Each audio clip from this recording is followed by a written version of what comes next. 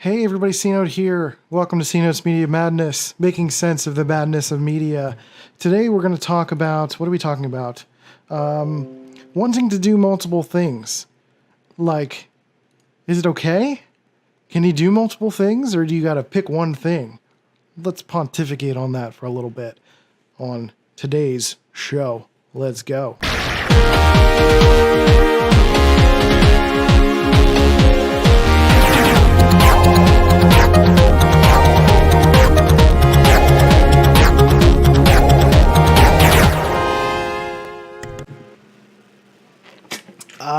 Drinking water, living the dream. Welcome to the show. Today, we're going to talk a little bit about doing multiple things. As a designer, as a creative, as an entrepreneur, what does it mean? Can you do multiple things, or do you just need to pick a thing? Do you need to stick to your guns? I'm going to try to raise this up for a second. Oh, wrong way. So the video looks a little bit better. So those listening on the podcast, there is a video version, but it's really just me talking, so it's not that much different. I'm just trying to post this to Facebook and YouTube at the same time. But yeah, wanting to do multiple things. It's an interesting question because I think if it really depends, and I'd say the number one thing it really depends on is your skill and experience. If you are able to handle a lot of things, if you're able to have the strength of 10 men, then you're going to lift things that 10 men would lift, right? Or at least 8 men. So if you're capable of doing multiple things, then why not? It sounds pretty straightforward to me. However, there is a bit of a concern of stretching yourself a little bit too thin. It's very possible to start to do too much. And that's a problem that I've had. And the reason that I'm talking about this and the reason that I feel uniquely qualified to talk about this is because of that. I've had a lot of projects that I've worked on in my life. I've started a YouTube channel for gaming. I did a vlog for 30 days straight. I've started a poker clothing company. I do graphic design. I have 3 podcasts. I have Instagram to manage. I've got Facebook to manage. I've got Pinterest to manage. I've got Twitter. I've got a ton of things that I'm doing, not only for myself, but I've got for clients, and then I've got the other podcasts. So there's a lot of things to manage. And at what point can you start to feel like you're able to do a bunch of things versus just kind of dicking around and just moving the needle just a little bit and playing Diner Dash and trying to catch up? Well, the cop-out answer is it's up to you. It really depends on understanding yourself and having the self-awareness to understand how you can better judge that. That's going to be a big challenge. That's going to be hard. You have to know yourself. Like most things, you have to learn more about yourself in order to make the assessment to move forward and decide what to do. But when it comes specifically to doing multiple things, I think it's easy to take measures of what's going on in your body. You know, think about your stress levels. Are you able to keep up with your health routine? Are you able to think about, do you have time to take care of your kids or go to your other job if that's a thing that you have? Are you feeling like you have to sacrifice things to make one or more of these projects possible? And that's when it really starts to be a question of, are you spreading yourself too thin? And I think that happens naturally for a lot of us. I think when we're starting to feel like we're spreading ourselves too thin, it becomes physically obvious. We start to feel the weight of that. So it's kind of just, again, it's kind of a pontificating thing, but also thinking about it from a marketing perspective. Are you going to be able to reach the people that you want to reach? Do you have ICAs? Do you have ideal clients for each of these projects? And do you know how to reach those people? Ultimately, I think that if you're starting multiple projects, you should think about them one at a time. Meaning start to build them one at a time. They don't need to exist in isolation. Sometimes there are crossovers. And you can learn more about that if you read The 4-Hour Workweek. I think that's a really great way to think about this stuff. and really think about how you can have one project leading to another project. And I think that's where people get a little bit tripped up when they start to think about multiple projects, doing multiple things, because they think about these separate things in a vacuum. But if these things help each other and aid each other and work in different, in ways that can overlap, then it makes sense. Like if I'm, for example, if I offer consulting services, I'm not going to create a consulting link for each of the things that I offer consulting for. I'm going to have one link, and then I'm going to have people choose which one they need consulting for, because most likely I've sent them to that specific link because of something specific. And then they happen to see the other things that I consult for, and maybe they can check more than one, and we can check out multiple consulting sessions. It's kind of like a kill two birds with one stone kind of thing. Before I had 3 podcasts, I was using one of the podcasts as a means to talk about the other topic and occasionally market the other thing. So, and then you can cross-pollinate and cross-market depending on if there are overlaps in the ideal client between multiple projects. So if you have 3 funnels, for example, and one of those funnels can actually fit between 2 separate people, 2 kinds of people, then you could put them into either one. Again, it kind of depends on what it is that you're doing.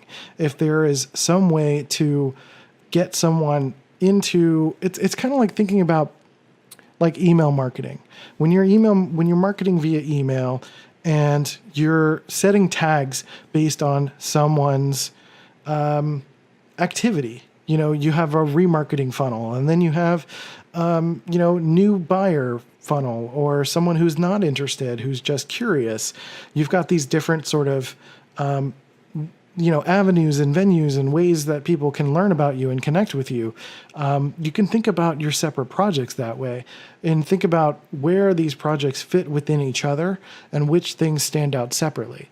And I think it depends on how deep that you're going within each of these projects. Again, also, if you're going to be creating new funnels for each of these things, if they are existing in a vacuum, if there is no overlap, then you're going to come into a closer realization of feeling like you're trapped and that there's just too much going on. You might end up spreading yourself too thin because these things are not naturally overlapping as much. So, for example, I just literally recorded an episode of my Super Myers-Briggs Turbo EX podcast, which is about Myers-Briggs. I posted that episode was about me being an INTP and talking about my mental health, but then also being able to take that episode and I have a mental health podcast. So I talked about that mental health podcast within that episode and, cross-pollinating and cross-referencing each other so that people can go into the right spaces. So you could have a situation where you're a personal brand, for example, and you're like the umbrella company of this personal brand, and people get to know you first.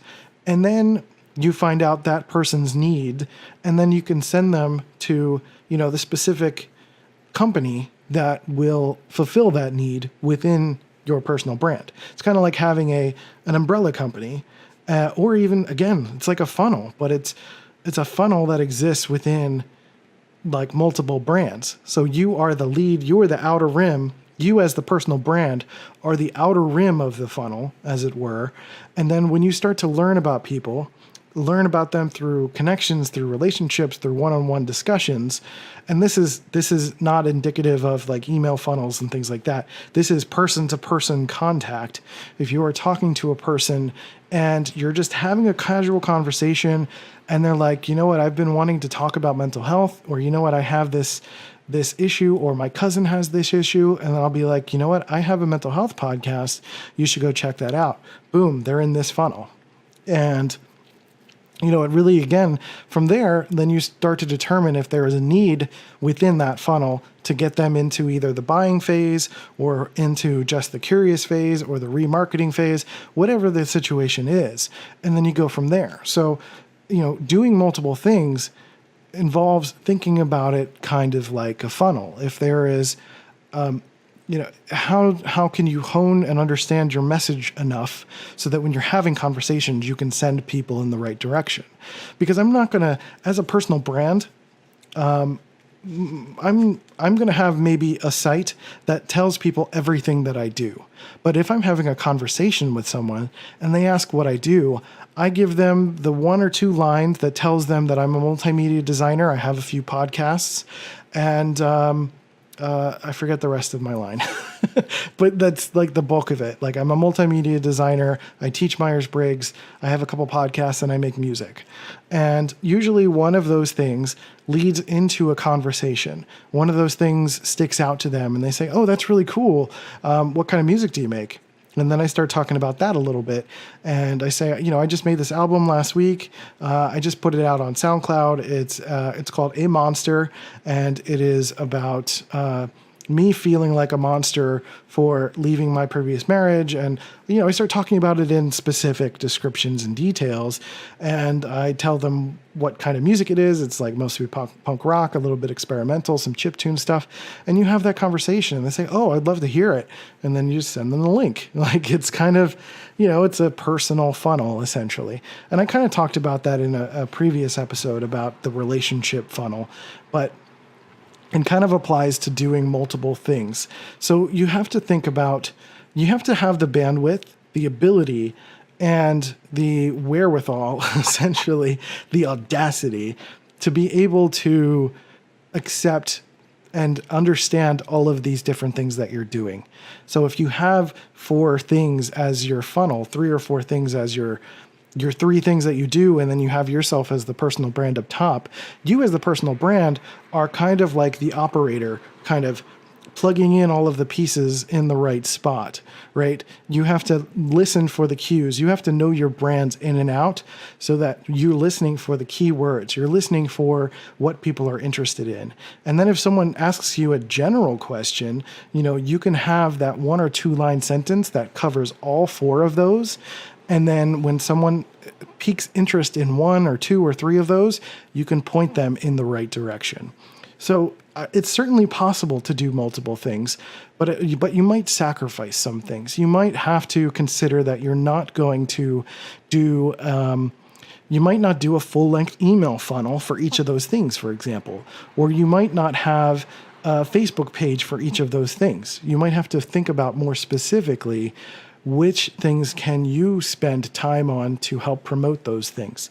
Does it make, like for me, it would probably make the most sense. I don't have any email funnels right now, but it would make the most sense for me to work on my consulting as an email funnel and my Myers-Briggs stuff as an email funnel. The other stuff, the dopamine podcast and my music, doesn't make sense to have that.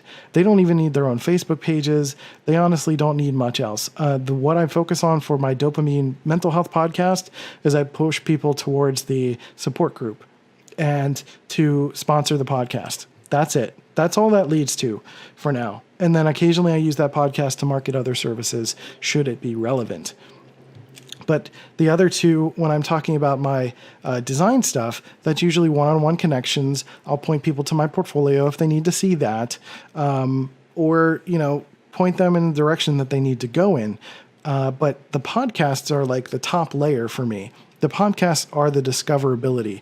People usually find me through Facebook groups, through Twitter, through Instagram, etc. But they'll also randomly discover me through those podcast pillars. So they'll discover me there. They'll go through the links. They'll learn about the Myers-Briggs courses that I have, or they'll see that I'm a designer. And, it's all different trains of thought, different tracks, different ways to go. So as long as you can create some sense of clarity, they don't all have to look the same. They don't have to have the same effort, but it all has to match your effort and energy that you're willing to put out there.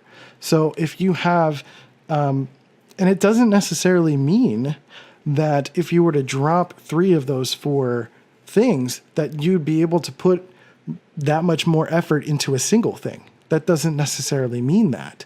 It could have, like having multiple things could have transpired because you put everything into one thing. And now you feel like, all right, I've got time, I've got energy, I'm going to do this other thing and do this other thing and then do this other thing. So again, it's not, mutually exclusive is what I'm saying. It doesn't mean that because you get rid of the three other things that the fourth thing is going to be that much more powerful. It's a matter of you taking stock in your own energy and time and focus and seeing where it is that you can put that time, energy, and focus. But that's going to be up to you. If you feel like you're stressed, if you don't have the time, if you don't have the energy, if you don't have the equipment, if you don't have the means, you don't have the knowledge, you don't have the energy, you don't have any of those things, then you need to adjust accordingly. That's all. I mean, for me, I do a lot of things and I do them well, to be honest, because I've been doing this for a long time. I've been doing multimedia design for nearly 20 years. I understand video. I understand photography. I can talk about this stuff over and over again. I've dealt with mental illness since I was a kid, so I talk about that all of the time. And I've just got multiple avenues and multiple ways to talk about things. And I'm trying to take stock in my energy all the time. If something's too much, I stop. I pull back. I do fewer episodes.